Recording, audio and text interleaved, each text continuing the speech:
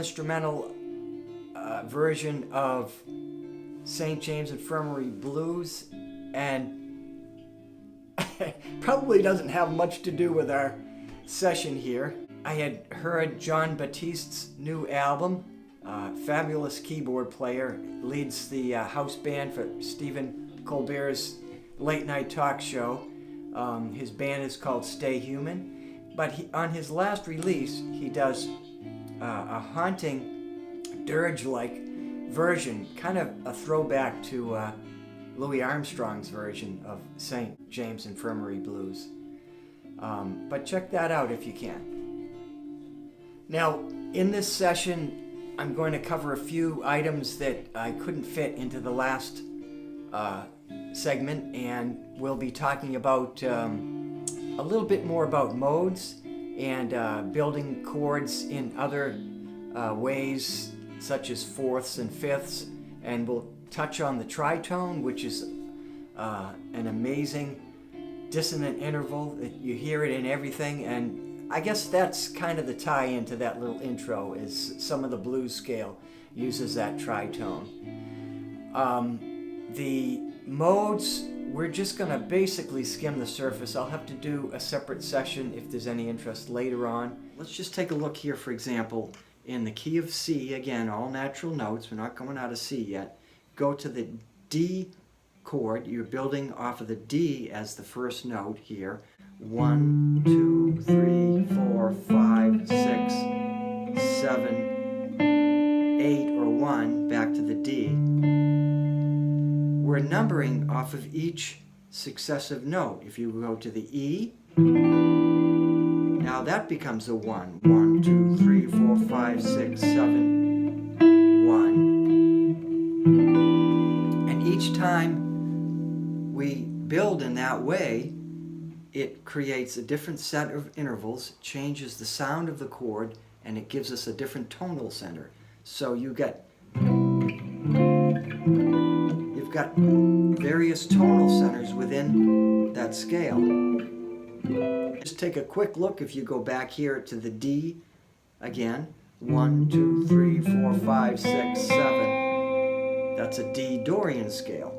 If you went up to the F, 1, 2, 3, 4, 5, 6, 7, 8. Now you're within what is called the Lydian scale, and it's a different tonality. You go up to the G7. Now you're in the Mixovdian tonality or mode. So all that is created without even using a sharp or a flat yet. Now, one very unique interval that is created with this system is called the tritone. It's 3 whole steps apart, and it's created when you go up to the 5th degree of the scale and build this chord in thirds. You'll notice you have a strange interval that happens. It's between the 3rd of the chord and the 7th of the chord. It's a wonderful, marvelous interval. It's called a tritone, or as it was called in early days of Western harmony, they called it the devil's interval. It was considered too dissonant at the time. Now it's the basis for blues and a lot of our pop music and jazz and everything else. Let's look at that interval for a second, building off of the note of G. G, A, B, C, D, E, F. Okay, so that is actually creating an interval here of 3 whole tones apart.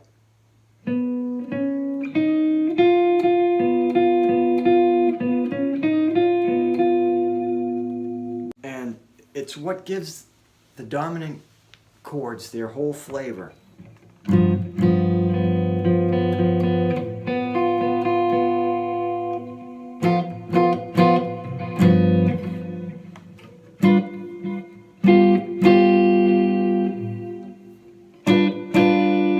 matter where you put them, you'll hear that tritone in there. So the tritone is marvelous. It gives the dominant seventh its distinct flavor, and it also wants to pull very strongly. It wants to pull back to those tones.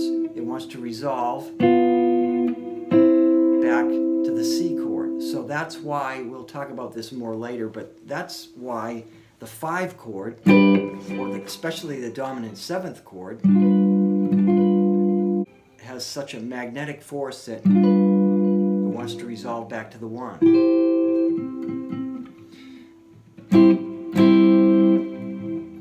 Let's hear it here. It's the main cadence that you hear in Western harmony. Let's take another look at the tritone interval. It's also what creates the blues scale. If you were to build a blues scale, let's say off of C,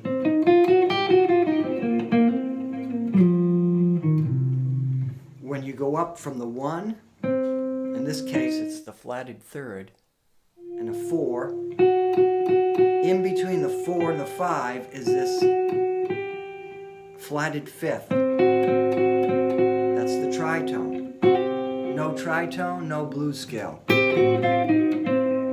Now I mentioned it sometimes was called the devil's interval. I don't know how it got such a bad rap. I think it's a beautiful interval.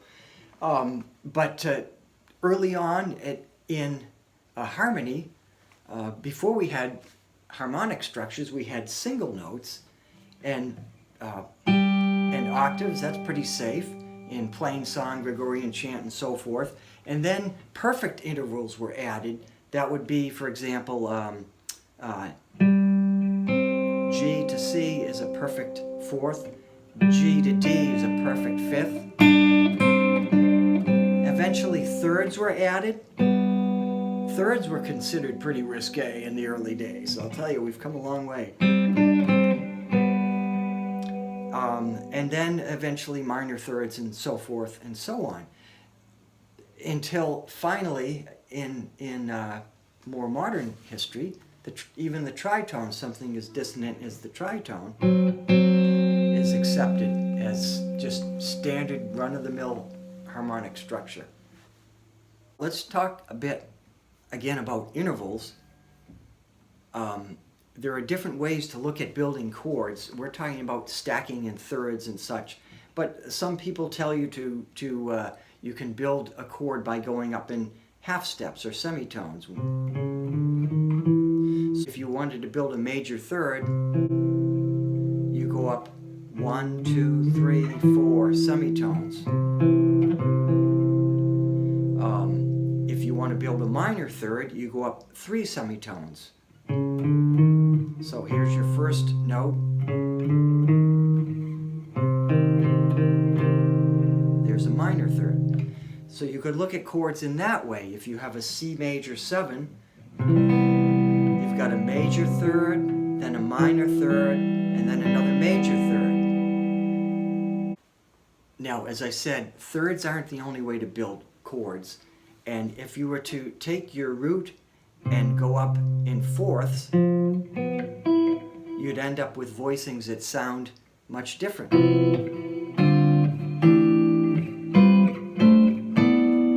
Kind of jazzy sounding there in fourths. You could also build in fifths.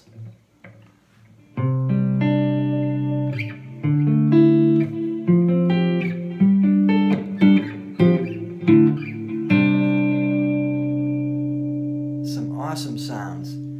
We'll talk about that more later on. So that's it for this little session here. I hope you gained a few new pieces of information and something you can plug into your playing or your writing or whatever. We have one more segment that's been chopped out of the first one, and we'll deal with a few chord extensions, etc. So I'll see you next time.